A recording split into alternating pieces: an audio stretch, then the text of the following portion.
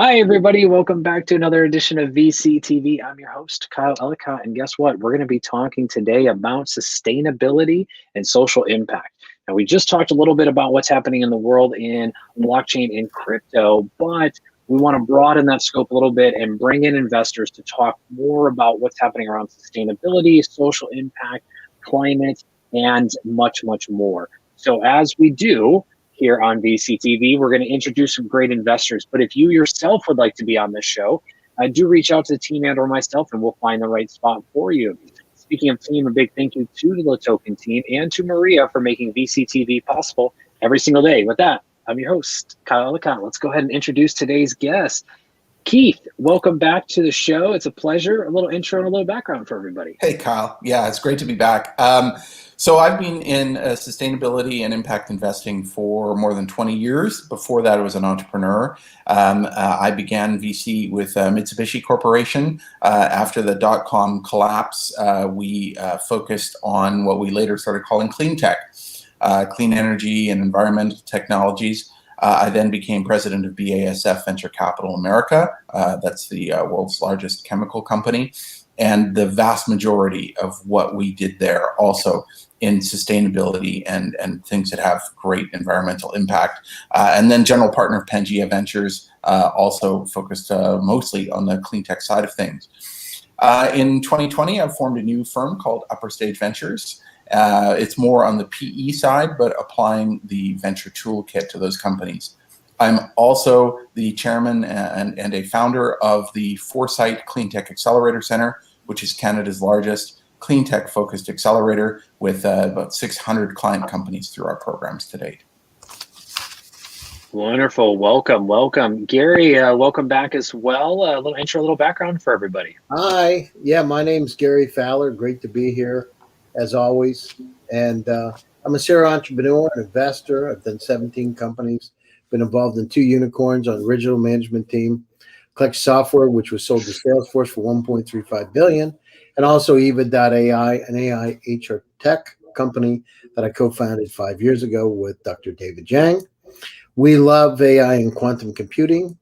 I'm also the CEO, president, co-founder of GSD Get Shit Done Venture Studios, a premier AI and quantum venture studio, helping companies from all over the world go global using Silicon Valley as a port to the rest of the world, and actively involved in writing about quantum and AI. In fact, my next article, I'm hoping it'll come out today or tomorrow, on quantum tunneling and the impact on wireless communications in Forbes. Wonderful. Thank you very much, Gary. Tristan, welcome to VCTV. It's a pleasure to have you with us today. If you can, a little introduction and background for the few people out there who may not know who you are, as well, and how you got into venture and the like. Oh, sure. Yeah. Thanks, Kyle, for having me. First timer here. So I've done about 200 investments, 500 startups, a portion of those in kind of the impact tech arena. And now it's like climate tech and kind of the second emergence of clean tech has come out. Been looking at that area, doing some angel investing, run a syndicate on AngelList. And basically how I got into this was worked on a couple startups over the past 10 years. One was in kind of social impact media, and that was, better part of 10 years ago. And then the second one was kind of more in urban innovations, doing this Airbnb for retail sort of model, which I think is going to see a huge emergence, kind of this post-COVID world. Built and sold both of those, and that's how I ended up at an investor like 500 startups in Silicon Valley. And overall, just really excited by the future and like kind of this adoption of sustainability within the tech realm, and like kind of this new energy that's come about of it, and just trying to support in a variety of ways. Wonderful, and welcome. Pleasure to have you. We're going to break a lot of that down to the audience as well. And hello from around the world. We see your comments coming in and questions. We'll get to them here in just a moment. But Garrett, last but not least, welcome back to VCTV. A little intro, a little background. Yeah, sorry to be a little bit late. I was on the phone with somebody from London, and I was couldn't get him off the phone very quickly. So I'm a venture capitalist by background. I had a mutual fund company back in the 90s. and then participated in Internet 1.0 and had some success. And then when those stocks went down, so did mine. But I got in the venture capital business after that and funded 56 companies, had 26 IPOs, had about 30 companies bought out. And so we only had about 6 failures out of the 350 million we raised in the first fund. But I've been focused really on impact and sustainability for only about 10 years in really focused on that area, and started doing what a lot of people do, looking around for ideas to help, the impact and sustainability world, and did the third world projects, did a couple of those, and they were a little tough to get going, and did some in the healthcare space, and it really started to focus for the past 5 or 6 years on what I'm calling smart transportation. So really focused on changing the world from internal combustion engines, whether it's vehicles, trains, planes, boats, over to alternative fuels. So that's really where I'm focused. Have raised another fund, which did very, very well. And I've stopped that one and are starting to raise another fund in this area because I've got a lot of great opportunities right in this area. It's really interesting. So that's wonderful. Well, thank you. And thank you. Welcome, everybody. This is exciting. This is going to be a fun panel. We talk a lot about impact investing here on VCTV, but with each of your background provides a little bit of a unique perspective, having been in this area for a various amount of time. And Keith, I'd like you to kick us off and just kind of the current state of what you're seeing as, impact sustainability investing from your standpoint, having just recently started Upper State Ventures and looking at more companies in the space. Tell us what you're seeing and why this is now a moment for this industry and what's happening.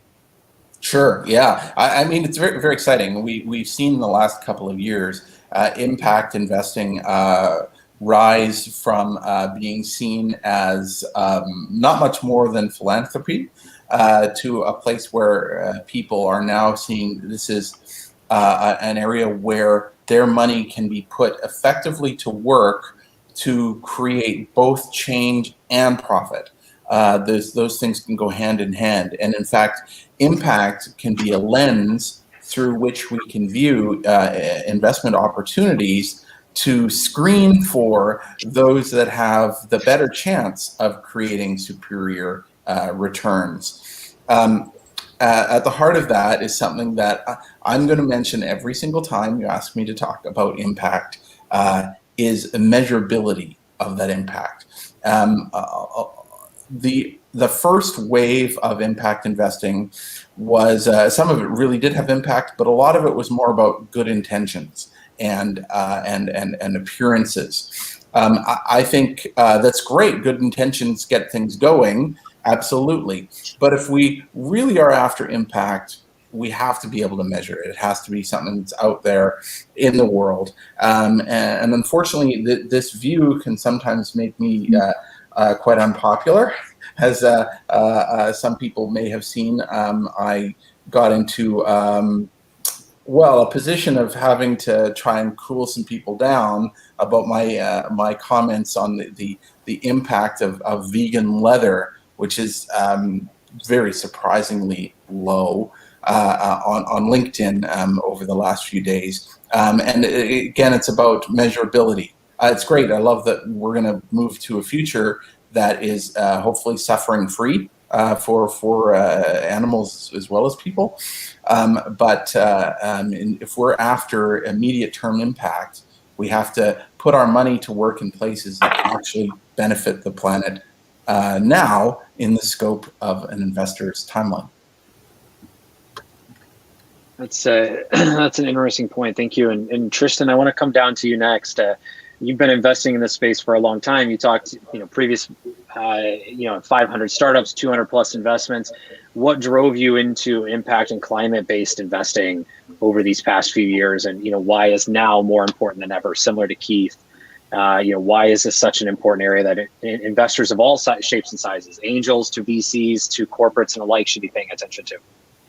Yeah. I mean, Keith definitely nailed it. You had this realm of like impact investing, maybe, 10 or so years ago, as well as like clean tech. And some investors got burned and maybe they didn't, reach, get their investments back in a certain period of time, or maybe the technology was a bit early. And now we're seeing it's like, wind, solar, it's the cheapest, energy source out there. So the costs have come down, the technology's matured. And so that's led to a whole other things combined with, climate change and the fear and, need and immediacy to act for future generations and the planet. And so we created this whole new realm, I think, of opportunity. At the same time, I think it's been, it hasn't just been like a spike. It's been a slow, gradual process over the last decade where I think some of the stats out now in the climate tech space is that, more than like overall VC investing, climate tech investments in venture capital have been growing faster, maybe like 4 or 5 times as faster. So that's pretty exciting. And, as well as, you're looking at the corporate space, I started out my career at bestbuy.com, spent time with Best Buy Social Responsibility as kind of the second employee ever working on that sort of stuff. And that was the realm of CSR, corporate social responsibility, where now, 10 years later, it's more ESG, it's more data focused, what is the real impact? How do we measure it and like actually report? And the transparency part is pretty powerful. So I think there's a combination of these different trends that are happening. And I think, it's very obvious why it's important. It's great that it's like getting the focus now. And, it's an exciting time that there is more energy going into the space from especially venture capital. Yeah, and I want to talk about the opportunities here in just a moment as well, and where people should be paying attention to, because I think it's pretty fascinating. Every time we talk about this subject here on VCTV, the opportunities seem to grow as to where we should be looking and spending time and money as well. But Garrett, I want to come to you next. I mean, you went from making several investments, going into impact, going into now smart transportation, smart cities, which does have an impact on everything, including climate and sustainability. What made you make this shift, and why is now smart transportation and the like so important? Again, from those looking at the idea of sustainability or social impact investing. Yeah, I think what really drove it, and we got that comment earlier, is the technology has matured. You had, and I love to tell the story about Tesla. And I had, he's not a friend, he's not even an acquaintance, but I had, everybody knows who he is, in my office, looking for venture capital when they were still just getting on the Lotus platform. And I had him in a meeting, and he went through the story, and I thought, how many Lotus platforms are really going to be out there? Would I buy one of those? And I thought to myself, he's an interesting guy, and he was really very enthusiastic about the area. But I'm thinking, I don't know about this, because eventually he wanted to get off the Lotus platform, but doesn't really have he had a plan, but he didn't have the technology. He didn't really have everything. I thought I needed to be an investor. So, of course, I passed on the investment, and we know what's happened as far as the market cap of that company. So it wasn't a good choice by me. But really what I've been focused on is the technology has matured, and when the company has not only the technology, but has the fundamental ability to execute their plan.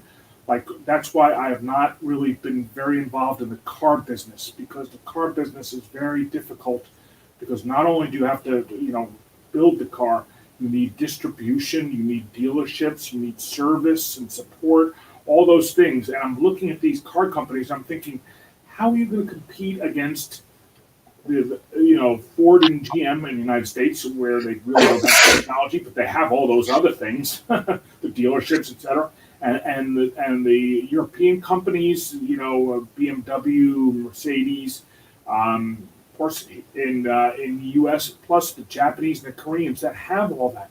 And maybe they don't have the greatest technology, but they have all the infrastructure that's very, very important. So I've been focused on, the vehicle ends, focused on the trucks, which is a group of companies that I think can really get some traction, and also in the space for the new flight areas. There's a bunch of guys doing smart transportation, or trying to do in the commuter routes. So I'm in San Francisco. So if you want to go from San Francisco to LA or San Francisco to Sacramento, do you really want to go to the airport wait online because the lines are starting to come back, and then get on a sit. They're looking at your phone for a half hour, and then you board the plane, and you get off.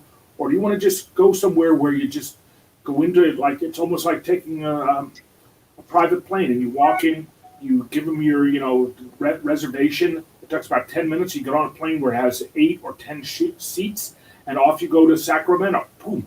And it's so much easier than driving, which is about 4 hours.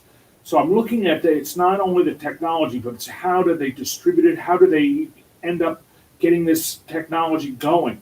And of course, we all know that the biggest problem in the United States about getting the cars or the trucks up to a higher percent is getting the infrastructure built. That's really where the real problem is right now. So focused on that very, very much in the last year or so.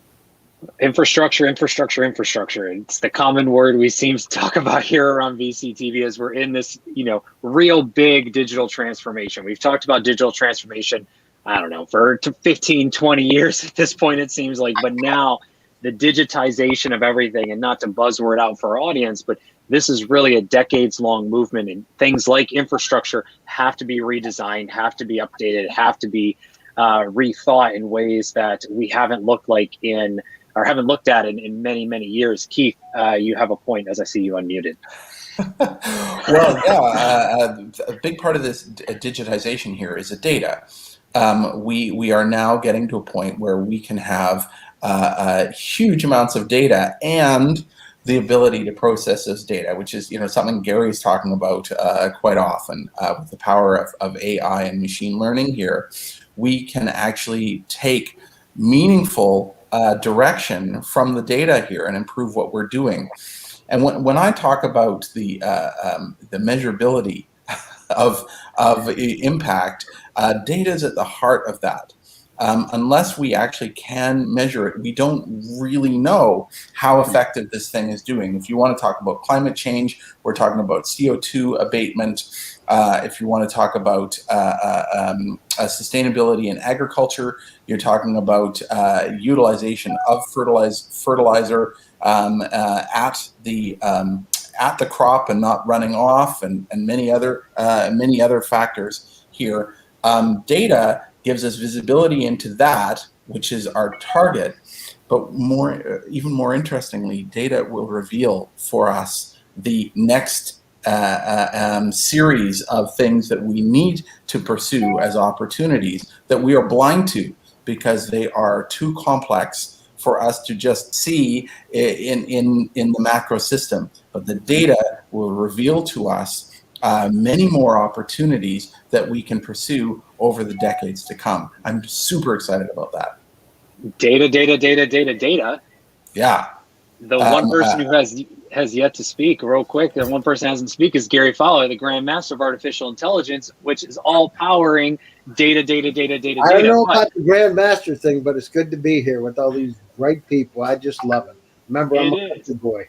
You are. But before, real quick, Keith, I'm sorry I interrupted you as we were both transitioning. Did you have anything else to add on that? No, Gary may have an even better example than the one I was going to give. We can come back to me later. All right, Gary, the floor is yours. Data around sustainability and social impact. Well, we can spend the next 2 days on it, but look at where we are today. Temperatures are rising, profound impacts. I just came from Key West, Florida this weekend.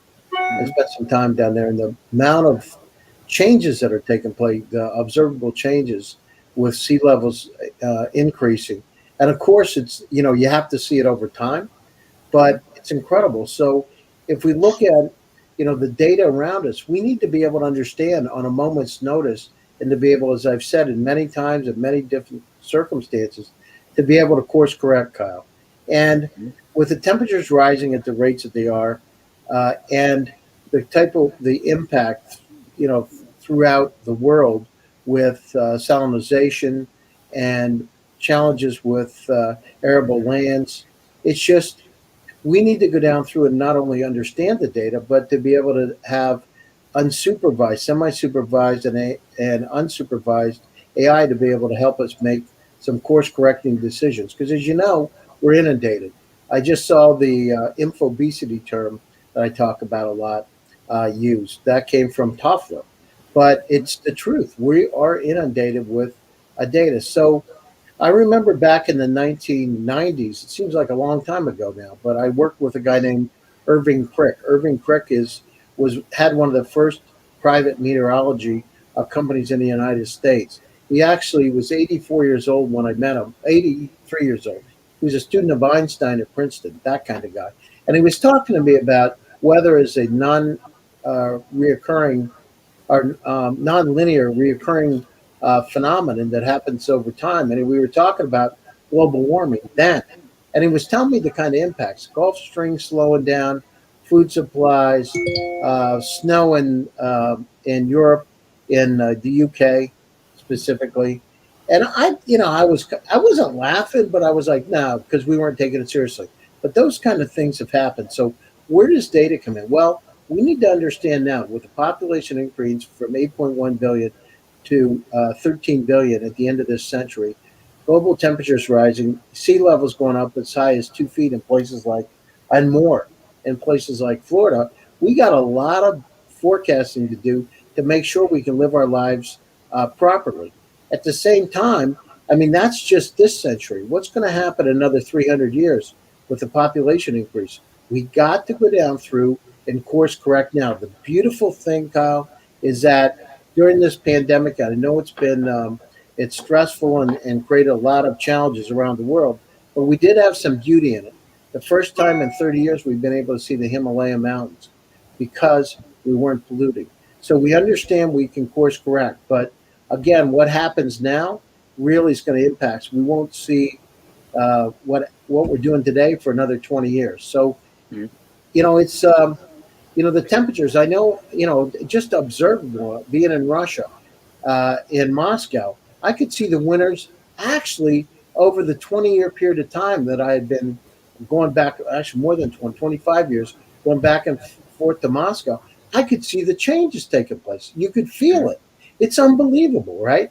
And I was just reading an article that said it's the first time that these icebreakers, Russian icebreakers, have had a cleared path they haven't had to use. They had to have to break through the ice, so they're carrying fuel because of this warming. So what I'm saying is having the data is one thing. Doing something about the data is a whole other issue. I know it wasn't only till a couple of years ago that in Florida, they were saying that the global warming didn't exist. Mm-hmm. It's crazy, right? Keith knows about it. It's insane. And then they wouldn't let you have solar panels on your house. Now imagine that. There's 300 days a year of sun, and you're not allowed to have solar panels on your house.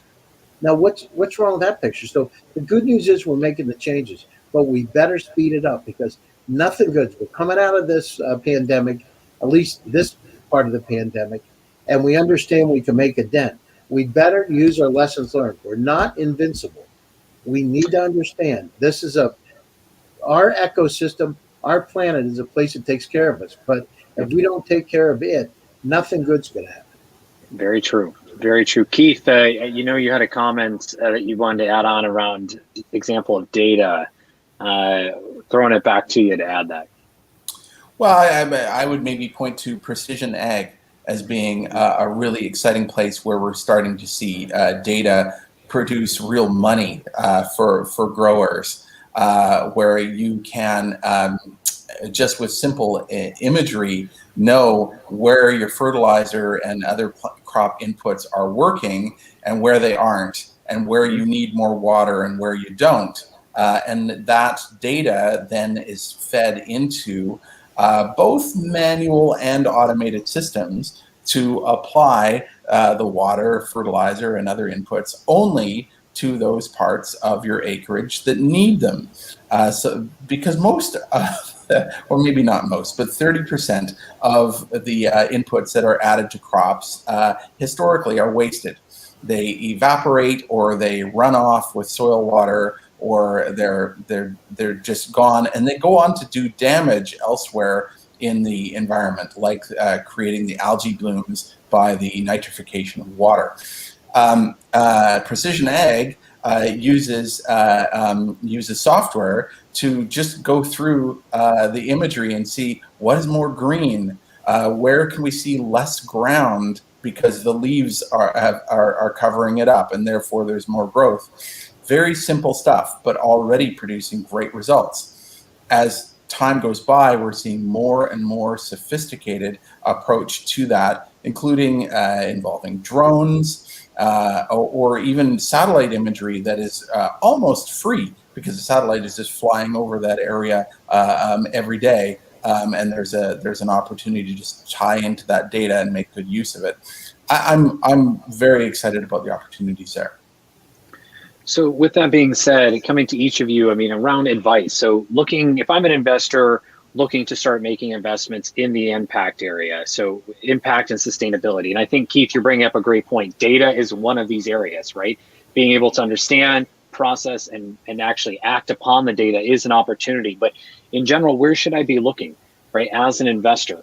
Where should I be paying attention to? How should I be getting started in this industry or industries? Is there an industry? You know, there's a challenge. There's a question for you. Is there even an industry to start investing in? Or is it something that touches all industries? And, you know, Garrett, I'm going to come to you first. And then Keith, I'm going to come to you last, because I know you got a lot of information you want to share. So, Garrett, where should I as an investor start looking at investing when it comes to impact and sustainability? A great question, because I'm just focused on the smart transportation area, and there's a reason why. Because it's an area where you do have a chance to make investments. Because a lot of the input as far as where do I invest is how much capital are we talking about? Are you talking about committing a one-time investment, something you want to do every paycheck with a little couple of dollars? Are you talking about, if you're an institution, we've got to move toward this sustainable investment? Because while I'm working for a family office or I'm working for a very large organization and we're not doing enough about impact, and how do I get started in it? And so that's why I've really focused on smart transportation, because there's, I'm going to say, 6 or 7 public companies that are in this area of smart transportation. And of course, we have the SPACs. So there's probably 15 of those that are really focused on this area. So for my area of smart transportation, you know, it's whether it's the infrastructure, whether it's the vehicles, et cetera, it's really starting to grow very, very rapidly. So there's opportunities to do it across the board, whether you have just a small amount of money or you're helping a very large institution. There's plenty of opportunities around. Absolutely agree. Gary, to you, same question. Opening up that insight that you have around this, where should I start investing, or our investors that are listening start investing? You know, there's a couple, impact's such a wide topic, right? So whether it's social impact or to make the planet a better place. So what we're doing, I mean, we're putting our money where our mouth is. This week we're going to Africa, and my partner's going actually to Africa, because we believe that there's incredible talent out there. You know, intellectual capacity is evenly spread around the world, but opportunities aren't. And this is a phenomenal time, because we're seeing incredible startups, AI startups from places like Nigeria, Rwanda, Kenya, Egypt, North Africa, South Africa. Just incredible technology. So one is, you know, if people are creating jobs and feeding their family, the world becomes a better place. And one of the things I learned by starting the first accelerator in Russia many years ago now is that it really helps us bond together. So we're doing that. On the other side, we're investing in things like lithium fluoride batteries that can work 6 times longer than lithium ion, all kinds of interesting battery technology. We're interested in IoT and sensors, as Keith has said about farming. So I actually, was it last week, talked to a company that actually was doing exactly what he described, which is using satellites to be able to understand what's going to happening on the farm, and how we can apply different minerals and water and what kind of resources need to be utilized. In fact, one of the things he showed me when we was doing his pitch was he showed me the soil erosion that took place in a specific part of the Ukraine over a very short period of time, where they're using anywhere from 5 to 10% of their soil because of winds and climate change. So very interesting, the dark soil, the fertile soil. So we're investing in all kinds of areas that make an impact. I'm particularly interested in how we can make a social impact. And right now, Africa is one of our targets. Thank you, Gary. Keith, to you. Well, there are, of course, a huge range of things that people can invest in if they want to get started in this space.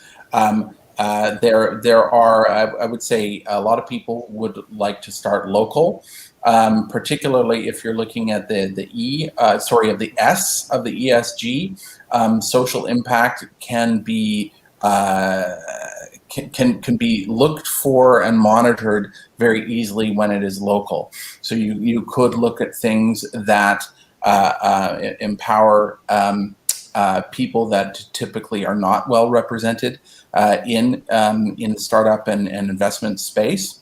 You could look at things like, for example, I'm involved in an initiative for a low-cost housing that transforms large water culverts, these 10-foot diameter pipes, these huge pipes, into very low-cost homes. It's called Home D. And that's something that is between here in Vancouver and in Hong Kong.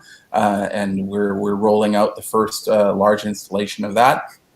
That's something where money can be put to work that makes a huge social impact in a very measurable way and can be profitable, although we are actually running that particular company as a nonprofit. It's just one example thereof. I would say people who want to do this on a larger scale should look at joining a fund that is active in this space as an LP if they are able to stretch to meet whatever minimum threshold there is for such a fund. Doing that will build you a portfolio where you can see that your money is creating returns and making measurable impact into several different companies. I would say that's one of the best ways to do this, unless you're actually running a fund yourself. Which is never a bad idea. And if you're looking to do that, there is one person, which way? There we go. There is one person over here who can talk to you about that, ladies and gentlemen. But with that being said, guys, I want to come to each of you around closing thoughts, any other advice you have for entrepreneurs this time, looking to start building or transitioning their products and services towards making and having an impact on society as well, and then where you can be found online. Gary, let's start with you. Advice you have for entrepreneurs looking to start getting into this area, and then where you can be found online. Yeah, so IoT, AI, deep learning, machine learning, to be able to deal with all this incredible amount of data. Think with your heart. Go out to places that need help. You'll find incredible opportunities. There are diamonds out there, places like Africa, that they can be mined. So do it now. This is a great time before the pandemic ends. People are still using Zoom and other resources, StreamYard, etc. So you can still reach out. But once this slows down, it's going to be hard to get them for probably 6 months. So do it now. Get stuff done. There you go. All right, Garrett, to you. Closing thoughts. Where can you be found online?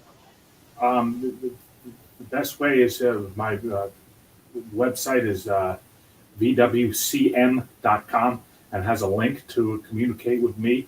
And the best thing is to understand that you have to put together a business plan, where you focused, et cetera, before you just try to look for investors. If you just try to just call them up and say, well, I'm doing really great things, it's really not going to get you into the institutional world where I am.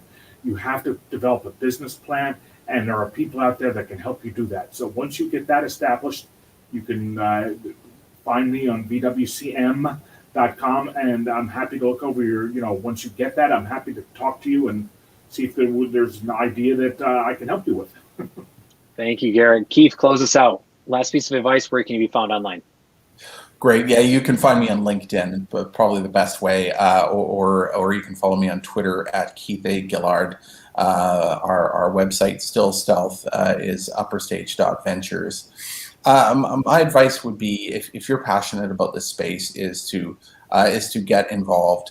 In my role at Foresight, one of the biggest things that we do is to connect startup companies with executive or entrepreneurs in residence. And we have dozens and dozens of people in this network. We're always looking for these people that have been there and done that and have the knowledge and the network to help these companies succeed.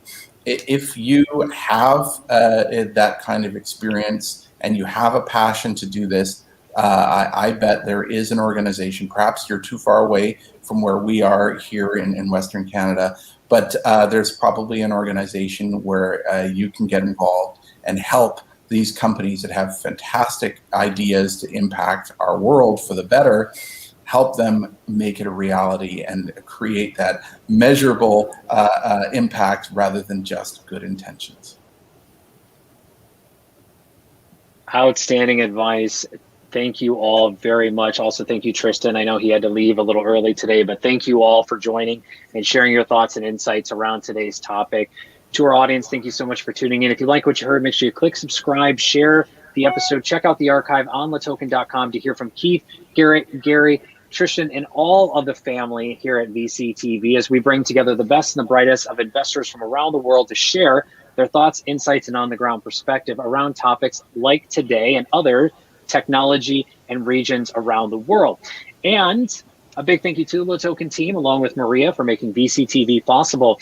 I'm your host, Kyle Ellicott. You can find me everywhere online at Kyle Ellicott, along with all of our guests on social media. Please do reach out and add context where you heard us, where you met us, and what you would like to continue the conversation about. With that, we're going to take a short break, and we'll be back here with more VCTV in just a few moments. Thanks, everybody. Cheers. Thanks, Bye. Kyle. Take care. Thanks, everybody. Bye.